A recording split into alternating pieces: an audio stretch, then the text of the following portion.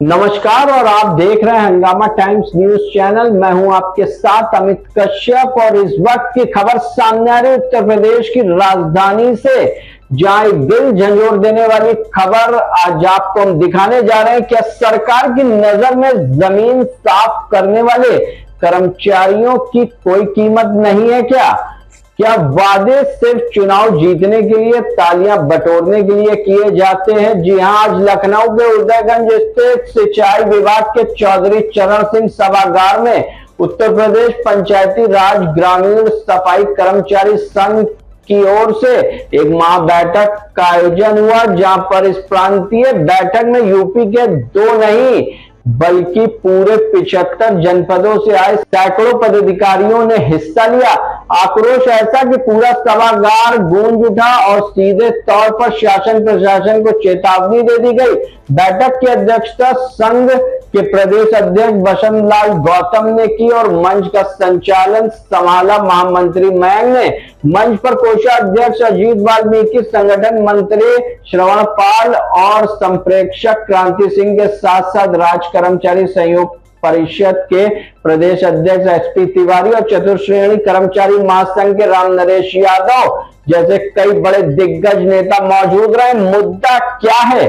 मुद्दा है सफाई कर्मचारियों का दर्द, उनका शोषण और सरकार की वादा खिलाफी। बैठक का संचालन करते हुए संघ के महामंत्री मयंक ने बड़े मन से गरजते हुए सरकार को वो वादे याद दिलाए जो खुद पंचायती राज मंत्री ओम प्रकाश राजभर ने अलीगंज के लोहिया भवन में किया था। महामंत्री मयंक ने खुले मन से हुंकार भरते हुए कहा कि हमारी 3 सूत्री मांगे लंबे समय से लंबित है। खुद पंचायती राज मंत्री ओम प्रकाश राजभर ने भरोसा दिलाया था कि 3 महीने के भीतर मांगों का निस्तारण किया जाएगा, लेकिन अफसोस महीनों बीत गए, नतीजा ढाक के 3 पात बना रहा। अधिकारी कुंभकर्ण की नींद सो रहे हैं और इसी खुले मन से सैकड़ों कर्मचारियों की मौजूदगी में महामंत्री मयंक ने हंगामा टाइम्स न्यूज से सीधे मुखातिब होते हुए कहा कि एक आपसे बड़ा अनुरोध है। उन्होंने कहा कि शासन और प्रशासन के बंद कानों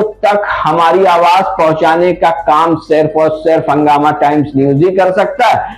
हंगामा टाइम्स हमारी इस लड़ाई को, हमारे इस दर्द को मुख्यमंत्री योगी आदित्यनाथ और आला अधिकारियों तक पहुंचाए ताकि इन 75 जिलों से आए कर्मचारियों को न्याय मिल सके। वही बैठक की अध्यक्षता कर रहे प्रदेश अध्यक्ष बसंत लाल गौतम ने प्रशासन की पोल खोलते हुए कहा कि सरकार हर विभाग का ध्यान रख रही है, लेकिन पंचायती राज के सफाई कर्मचारियों को लगातार मानसिक और आर्थिक शोषण हो रहा है। आए दिन नए नए तुगलकी फरमान जारी किए जाते हैं, उनसे प्लास्टिक और पन्नियां इकट्ठा करवाई जाती हैं, यानी राष्ट्र का निर्माण करने वाले कर्मचारियों से कबाड़ियों जैसा काम लिया जा रहा है। साफ शब्दों में कहें तो आज लखनऊ की धरती से यूपी के सफाई कर्मचारियों ने आर पार की रणनीति तय कर ली है।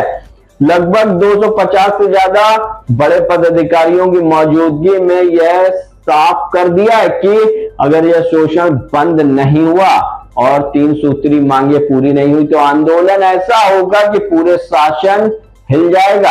हंगामा टाइम्स न्यूज सफाई कर्मचारियों को इस अनुरोध को पूरी गंभीरता से स्वीकार करता है। शासन प्रशासन से पंचायती राज मंत्री और सूबे के मुखिया सीधे सवाल करते हैं कि आखिर कब तक इन कर्मचारियों का शोषण होता रहेगा, कब पूरा होगा वो 3 महीने का वादा।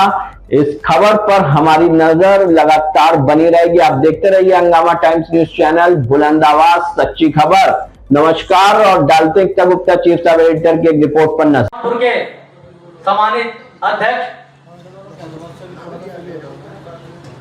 कमेंट करूंगा, संजय भाई आ जाएं, बात को रखें।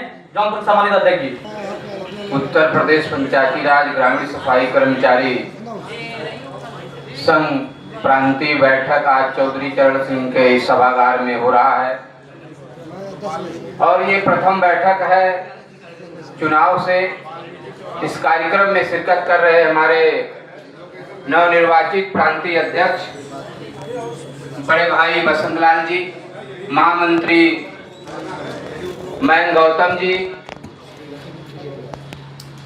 प्रांतीय कोषाध्यक्ष भाई अजीत वाल्मीकि जी। नमस्कार, मैं एकता और आप देख रहे हैं हंगामा टाइम्स न्यूज़। समय आप देख रहे हैं उत्तर प्रदेश पंचायती राज ग्रामीण सफाई कर्मचारी संघ की बैठक चल रही है, जहां अपनी मांगों को लेकर, बातों को लेकर आज बैठक हुई है। सर, इस बैठक का मेन उद्देश्य क्या रहा? ये दरअसल हमारा पंचायती राज ग्रामीण सफाई कर्मचारी संघ का प्रांतीय चुनाव हुआ था, उसके उपरांत ये प्रथम बैठक रखी गई है, जिसमें इधर विगत 2 वर्षों से माननीय जो हमारे पंचायती राज मंत्री जी थे, उन्होंने 3 मांगों को लेकर एक घोषणा की थी कि 3 मांगे 3 माह में पूर्ण करेगी सरकार, लेकिन लगभग उसका 2 वर्षों का हो चुका है और अभी तक जो है सरकार द्वारा उस पर हमारी मांगों पर जिस प्रकार से उम्मीदें थी हम लोगों को कि उस उम्मीद से हमारी मांगें बढ़ेंगी और शीघ्र ही पूर्ण होंगी, अब सरकार का धीरे धीरे ध्यान चुनाव की ओर जा रहा है और फिर भी हमारी मांगें जो है, जो कि बहुत इसमें कोई खर्चा नहीं है, कोई वित्तीय भार नहीं है, फिर भी जो है मांगों पर ध्यान नहीं दिया जा रहा है, शीघ्र से पूर्ण नहीं की जा रही, इसलिए ये अत्यावश्यक बैठक बुलाई गई है, जिसमें समस्त जनपद के पदाधिकारियों, जनपद के निर्वाचित जिलाध्यक्षों द्वारा जो निर्णय लिया जाएगा कि आगे मांगों पर किस प्रकार से लड़ना है, इस सरकार से किस प्रकार से अपनी बात को रखना है, धरना करना है, प्रदर्शन करना है, वो वही कार्यकारिणी यहाँ पर जो है तय कर रही है। उसी के आधार पर शीघ्र ही प्रदेश में हम लोग अपनी मांगों के संबंध में सरकार के सामने अपनी बात को रखेंगे या फिर धरना प्रदर्शन करेंगे। अगर बात करें सर, ऐसी 2 मांगे, मेन मांगे कौन सी हैं आपकी जो सरकार पूरा नहीं कर पा रही? हमारी 2 मुख्य मांगे हैं। एक तो है कि हमारी विभागीय सेवा नियमावली बनाई जाए, जैसे कि हम लोगों की ड्यूटी जो है कभी कभार जो है ऐसे स्थानों पे लगा दी जाती है, कुछ ऐसे कार्य दे दिए जाते हैं जो हमारी जो है जो पद के अनुरूप भी नहीं है, उस पर इसमें जो है कर्मचारियों का बहुत ही शोषण होता है, बहुत ही वो उत्पीड़ित होते हैं, कभी कभार रात में दिन में लगा दिया जाता है, वो तो हम लोग करते ही रहते हैं, लेकिन विभिन्न प्रकार की हैं। जैसे इस बार इस समय जो हमारी जो कर्मचारी जो आज निकल के बात आ रही है, उसमें है कि हमारे कर्मचारियों से वहाँ पर गांव में जो है पन्नियाँ बिनवाई जा रही हैं, उनमें एक समय वो भी निर्धारित कर दिया गया है कि 10 किलो 20 किलो कहीं 25 किलो प्रति माह जो है उनको पन्नी जो है बिन करके देना ही है। जब सरकार पन्नी नहीं बंद करवा पा रही है तो हम लोग तो अपने गांव में साफ सफाई करते ही हैं, लेकिन हमारे कर्मचारी जिस गांव में काम करते हैं उस गांव से पन्नियां वहां पर ज़्यादा एकत्रित नहीं होती हैं, क्योंकि वहां डेली सफाई हो रही है। पन्नियां जो एकत्रित होती हैं हम लोग उनका जहां पे स्थान बना हुआ है वहां पर पहुंचाते हैं, फिर भी जो है अधिकारी लोग इन्हीं सब जो है आदेशों को लागू करते हुए हम लोगों के कर्मचारियों का उत्पीड़न कर रही है, जिसमें समस्त जनपदों से लगभग ये शिकायतें आ रही हैं कि पन्नी पर लड़ना पड़ेगा सरकार से और मांगों के लिए सरकार को बाध्य करना पड़ेगा, ऐसी कोई योजना बनाई जाए। और लोगों से बात करते उनसे जानते हैं कि क्या कहना। सर, इस बैठक का मेन उद्देश्य क्या है? जैसे हमने देखा है कि बहुत मांगे हैं जो लंबित है, पुरानी हो गई लेकिन अभी तक पूरी नहीं हुई। 2027 का चुनाव का इंतजार कर रहे थे कि इससे पहले भी आवाज़ उठाई आप लोग? पहले तो आपका बहुत बहुत धन्यवाद मीडिया बंधुओं का, और हम आपसे कहना चाहते हैं कि हमें 16-17 साल हो गए और सभी विभागों में, हर विभाग में नियमावली, पदोन्नति और सब चीज़ों की व्यवस्था है। और सफाई कर्मचारी वर्ग बसपा सरकार में 2008 या 2009 में हमारी नियुक्ति हुई, जब से आज तक कभी सफाई कर्मचारियों को कोई सम्मान नहीं दिया गया सरकार द्वारा, और हम सरकार की सभी हर चीज़ में सहयोग करते हैं। अगर जो इस बार हमारी नवनिर्वाचित कमेटी बन गई है, अगर जो इस बार हमारा पदोन्नति नियमावली और हमारा नाम परिवर्तन अगर जो ये काम नहीं किया जाता तो इस बार संघर्ष होगा सरकार के खिलाफ, जबरदस्त लड़ाई लड़ी जाएगी। जय हिंद, जय भारत। जैसे लंबी मांगे हैं और लंबित मांगे हैं, आज सभी लोग एकजुट होकर अपनी मांगों को लेकर आज एकजुट हुए हैं। सर, इस संघ का मेन बैठक जो रही है, 2027 से चुनाव नज़दीक है लेकिन मांगे बहुत पुरानी है, अभी तक नहीं हो। बहुत से लोग अभी अगर कहूँ तो अभी बुजुर्ग होने वाले हैं अभी। कि अब थक गए वो अपनी मांगों को लेकर। आज भी वही जोश के साथ आप लोग बैठक कर रहे हैं, क्या उम्मीद है 2027 से पहले सारी मांगे पूरी हो जाएंगी? देखिए, ऐसा कि हम क्रांति सिंह हम लोग पहले भी लड़े हैं और आज भी लड़ रहे हैं और आगे भी लड़ेंगे। अगर 27 मिशन योगी सरकार का और मोदी जी का है तो 27 नहीं 26 का मिशन हमारा भी है। हम भी अपनी मांगों के लिए एकदम संकल्पबद्ध हैं, क्योंकि हमारा संघर्ष कभी बेकार नहीं जाता। हमने इसी समाजवादी पार्टी की सरकार रही, बसपा की सरकार रही, भाजपा की सरकार है, इनके साथ हमने संघर्ष किया, हमने संगठन को मान्यता दिलाई, अस्थायीकरण कराया, समय एक पाली में कराया, बड़ी बड़ी हमारी मांगें पूरी हुई और मुझे पूरा विश्वास है कि आगे भी हमारी मांगें पूरी होगी। सिर्फ मुझे योगी जी से ये कहना है और प्रधानमंत्री जी से कहना है, जब हमारे देश की बात आती है, जब स्वच्छता की बात आती है, माननीय प्रधानमंत्री जी के कार्यक्रम लगते हैं तो उसमें सबसे ज़्यादा हमारे सफाई कर्मचारी को आगे किया जाता है। कोरोना काल में सफाई कर्मचारियों ने अपने जान को हथेली पे रख के सरकार के साथ कदम मिलाया, लेकिन मांगे पूरी नहीं हुई।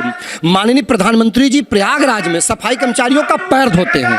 हमको ये ठीक है, इसके लिए मैं प्रधानमंत्री जी का धन्यवाद करता हूँ, लेकिन विशेष रूप से अगर देखा जाए तो जो सफाई कर्मचारी की मांगे वहीं की वहीं पड़ी हुई है। सफाई कर्मचारी संगठन आज 29 जून को कमर कस चुका है और अब हम भी सड़कों पर नजर आवे। सरकार इसमा लगावे है, धारा 144 लगावे, 163 लगावे, जितनी उनकी धाराएं हो लगावे, लेकिन हमारी लड़ने की फितरत, हम लड़ेंगे। हम माना कि पिछले कार्यकाल में संगठन ने लड़ा नहीं, लेकिन लड़ना हमारा काम है और मांग पूरी करना सरकार का काम है। हम सरकार से लड़ेंगे, एक बार नहीं 10 बार लड़ेंगे, लेकिन लड़ेंगे। 27 में क्या लग रहा है इस बार आपको? देखिए, अभी हमारे वक्ता कह रहे थे कि जो सफाई कर्मचारी हित की बात करेगा वही 2027 में यूपी में राज करेगा। कर्मचारी सरकार की योजनाओं को जनता तक पहुंचाने का सबसे महत्वपूर्ण कड़ी होता है, बिना इसके कुछ संभव नहीं होता। लेकिन कर्मचारियों को नज़रअंदाज करा करके माननीय प्रधानमंत्री जी और माननीय मुख्यमंत्री जी अपनी किसी योजना को जनता तक नहीं पहुंचा सकते। सफाई कर्मचारी समाज के अंतिम पावदान पे खड़ा है, अंतिम पावदान पर खड़ा। जिस काम को कोई नहीं करता उसको सफाई कर्मचारी करने का काम करता है, लेकिन इतनी वे करने की जरूरत नहीं है। सारे लोगों के, मैं कह रहा हूं, मुख्यमंत्री जी इससे पहले सांसद थे, मुख्यमंत्री जी इससे पहले सांसद थे, फिर मुख्यमंत्री हो गए, मोदी जी मुख्यमंत्री थे, सांसद बने, प्रधानमंत्री हो गए। सबका प्रमोशन होता है, केवल सफाई कर्मचारियों का प्रमोशन नहीं होगा। तो मेरे कहने का मतलब सबका प्रमोशन, पदोन्नति, विभागीय सेवा नियमावली हमारा संवैधानिक अधिकार है और हम इसको अगर मांगने से मिलेंगे तो ठीक है, नहीं तो हम लड़ करके सरकार से लेने का काम करेंगे। तो महामंत्री जी हमारे साथ है। सर, आज कितने जिलों से लोग आए अपनी मांगों को लेकर और हम देख रहे हैं कि बहुत सारी ऐसी मांगे बहुत समय से लंबित हैं। सर्वप्रथम तो मैं आपका हार्दिक स्वागत अभिनंदन करता हूं आज के सभागार में। मैं आपके माध्यम से बताना चाहूँगा कि 11 अप्रैल को पंचायती राज निदेशालय अलीगंज लोहिया में चुनाव हुआ संगठन का, जिसमें प्रदेश अध्यक्ष के तौर पर बसंत लाल गौतम जी, महामंत्री पर मुझे मयंक को और कोषाध्यक्ष पे अजित वाल्मीकि, संगठन मंत्री पर श्रवणपाल जी और संप्रेषक पर क्रांति सिंह जी को विजय प्राप्त हुई है। चूँकि अध्यक्ष जी को चोट लग गई थी, उसके बाद ये 3 महीने हो गए हमारी प्रथम बैठक है और इससे पहले पिछले वर्ष में संगठन ने माननीय पंचायती मंत्री जी समय मांगा। माननीय मंत्री जी ने मंच के माध्यम से पंचायती राज निदेशालय में यह आश्वासन दिया कि आपकी जो 3 मांगे हैं, विभागीय सेवा नियमावली, पदनाम परिवर्तन और पदोन्नति, ये 3 महीने में पूरी करा दी जाएंगी। हम सब लोगों ने सरकार का सहयोग किया और अब तक सरकार द्वारा जो भी कार्यक्रम आयोजित करे जाते हैं, चाहे कोरोना काल हो या जो भी कार्यक्रम हो, उसमें सफाई कर्मचारी की बहुत बड़ी भूमिका रहती है।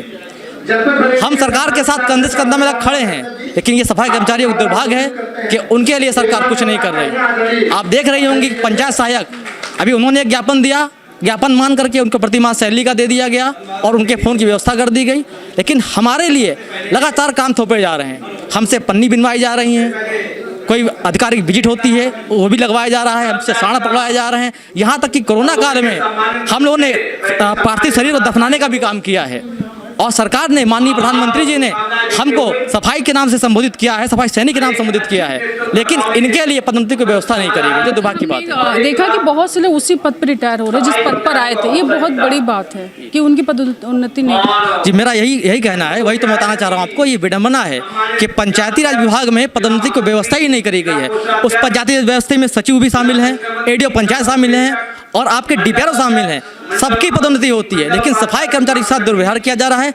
ना तो उनकी अलग से विभागीय सेवा नियमावली बनी है, ना तो उनको पदनाम परिवर्तन किया जा रहा है, ना तो पदोन्नति की व्यवस्था करी जा रही है, जिससे सफाई कर्मचारी आज अगले साल यानी 27 में रिटायरमेंट की कगार पर खड़ा है और उनके लिए जो भविष्य है वो अंधकार में है। हमारा आपके चैनल के माध्यम से यही है कि हमारे सफाई कर्मचारियों को भी पदोन्नति के अवसर प्रदान किए जाएं ताकि उनका भी सम्मान मान सम्मान बचा रहे। सर हम आपसे जानना चाहेंगे ये जो बैठक चल रही है इसका मेन उद्देश्य क्या है सर? मेन उद्देश्य है कर्मचारियों की समस्या। हमारे कर्मचारियों की 17 साल से नियुक्ति हुई है, उनकी एक सेवानिवृत्ति आज तक नहीं बन पाई है। तो हमारे कर्मचारियों की बहुत बड़ी समस्या है। कई बार सरकार से भी वार्ता हुई है, सरकार सुनने को तैयार नहीं है। अब हम लोगों ने मन बना लिया है कि 27 में सरकार का चुनाव होने वाला है।